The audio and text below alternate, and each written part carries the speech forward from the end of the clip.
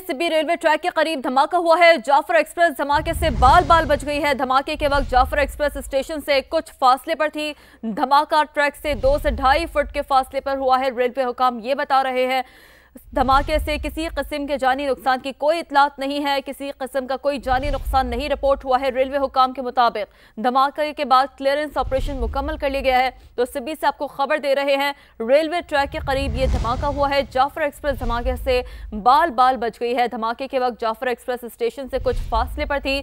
धमाका ट्रैक से 2 से 2.5 फुट के फासले पर हुआ है। बात करेंगे, शहबाज बलोच ने हमें ज्वाइन किया है। शहबाज बलोच, बताइएगा रेलवे हुकाम क्या बता पा रहे हैं इस वाक़े से मुतालिक?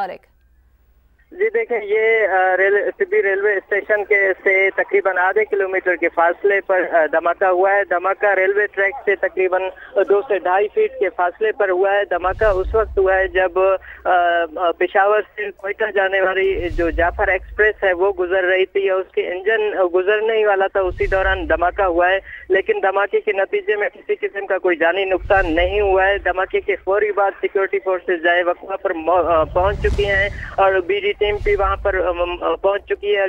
जाए वक़्वा का तयन किया जा रहा है और धमाके का जो उसका तयन है वो भी किया जा रहा है। अच्छा, ट्रैक तो मुतासर नहीं हुआ है, इस हवाले से रेलवे हुकाम क्या बता रहे हैं? देखें, ये कोई ट्रैक से 2 से 2.5 फीट के फासले पर हुआ है, जिसकी वजह से ट्रैक को किसी किस्म का नुकसान नहीं पहुंचा है और जो तमाम ट्रेनें हैं वो भी रवाना हो चुकी हैं। क्लियरेंस ऑपरेशन भी मुकम्मल हो चुका है। ठीक है, तमाम जो ट्रेनें हैं वो शेड्यूल के मुताबिक ही रवाना हो रही हैं। ट्रैक को किसी किस्म का कोई नुकसान नहीं हुआ है। पेशावर से कोयटा जाने वाली जाफर एक्सप्रेस भी स्टेशन से रवाना हो गई है। धमाके के बाद जो क्लियरेंस ऑपरेशन है वो भी मुकम्मल कर लिया गया है।